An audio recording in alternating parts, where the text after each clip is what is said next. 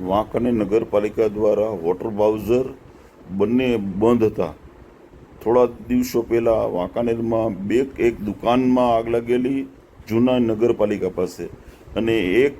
દિવાનપરામાં બહુમાળી બિલ્ડિંગની અંદરમાં આગ લાગતા વોટર બાઉઝર ન હોવાના કારણે વાંકાનેરની અંદરમાં ટીકાને પાત્ર નગરપાલિકા બનેલ, અને ગામના લોકોએ અને પત્રકારોએ પણ ખૂબ જ ટીકા કરેલી કે અત્યારે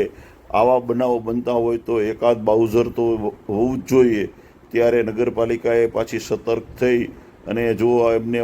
વોટર બાઉઝર પાછું રિપેર કરાવ્યું છે, અને નવું વોટર બાઉઝર એટલે જૂનું વોટર બાઉઝર જે છે એને અત્યારે રિપેર કરાવી અને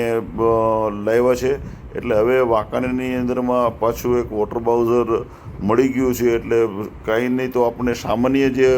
સમયની અંદરમાં કોઈ એવો આગ લાગે કે કોઈ એવી દુર્ઘટના બને તો આપને રિલીફ મળે એવું એક વોટર બાઉઝર અત્યારે આપણને મળી ગયું છે. તો ખરેખર નગરપાલિકાએ સતર્ક થઈ અને જે આ કામ કર્યું છે એના માટે ખરેખર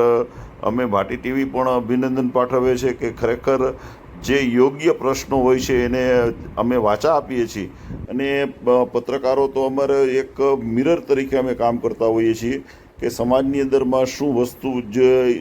ઘટે છે અથવા શું પ્રશ્ન છે એને અમે વાચા આપવાનું કામ કરતા હોઈએ છીએ. અને નગરપાલિકા એને જો આ રીતે એનો ઉપયોગ કરી અને ખરેખર સાચા અર્થમાં વોટર બાઉઝર એને રિપેર કરાવ્યું છે તો વાંકાનેરની પ્રજાને કે કોઈ પણ સંજોગોમાં જ્યારે ઇમરજન્સીની અંદરમાં ત્યારે કે તાત્કાલિક વોટર બાઉઝર આવે તો લાખો રૂપિયાની નુકસાની થતી અટકે, અને એના કરતાં પણ ક્યારેય જો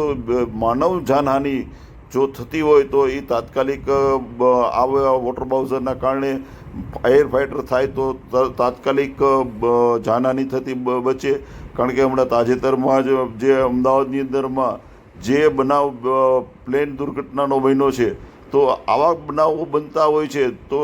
સામાન્ય વાંકાનેરની અંદરમાં એક વોટર બાઉઝર પણ સારું ન હોય એ ટીકાને પાત્ર બનેલું. અને નગરપાલિકા માટે બધાએ એવો અફસોસ વ્યક્ત કરેલ કે એક નગરપાલિકા એક સારું એક વોટર બાઉઝર પણ રિપેર કરાવી નથી રાખતું. ત્યારે નગરપાલિકા સફાળી જાગી છે અને એમને જો ટ્રાયલ માટે અત્યારે ટ્રાય કરી રહ્યા છે નગરપાલિકાના કર્મચારીઓ કે આપણું વોટર બાઉઝર રિપેર કરાવ્યા પછી અત્યારે પૂરા ફોર્સ સાથે અત્યારે પાણી આપે છે કે કેમ, એની અત્યારે ટ્રાયલ ચાલુ છે, તમે જોઈ શકો છો. તો ખરેખર ખૂબ સારી વાત છે કે અત્યારે વોટર બાઉઝર ચાલુ થઈ અને રિપેર થઈને